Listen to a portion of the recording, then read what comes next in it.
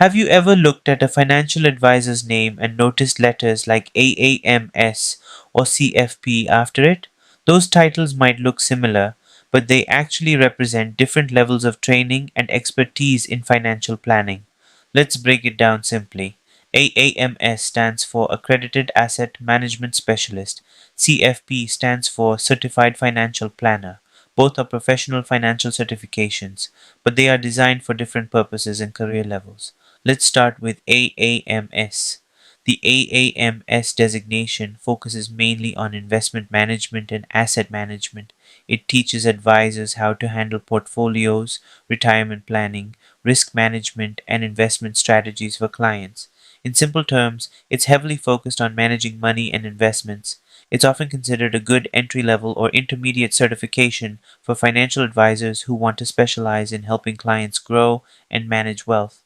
Now, let's look at CFP. The CFP designation is broader and more advanced. It covers full financial planning, not just investments. This includes retirement planning, taxes, insurance, estate planning, budgeting, and long term financial strategy. A CFP professional is trained to look at a client's entire financial life, not just their investments. Now, one major difference is the level of requirements. The CFP certification usually requires more education, stricter exams, professional experience, and ongoing ethical standards. Because of this, CFP is often viewed as one of the highest and most respected certifications in financial planning. The AAMS certification is still respected, but it's generally narrower in scope and less intensive than CFP. Let's make this really simple. Think of AAMS as specializing mainly in investment and asset management. Think of CFP as full service financial planning. Now, does that mean CFP is automatically better? Not necessarily. It depends on the advisor's role and the client's needs. If someone mainly helps clients with investments and portfolio strategies, AAMS may be completely suitable. But if someone wants comprehensive financial planning across all areas of finance, CFP training is broader. A common misunderstanding is thinking certifications alone determine advisor quality. They don't.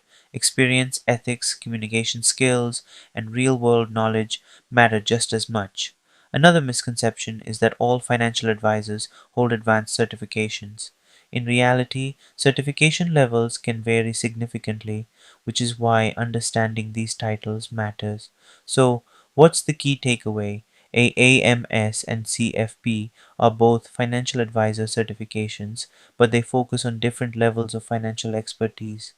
AAMS centers more on investment management, while CFP covers broader, comprehensive financial planning.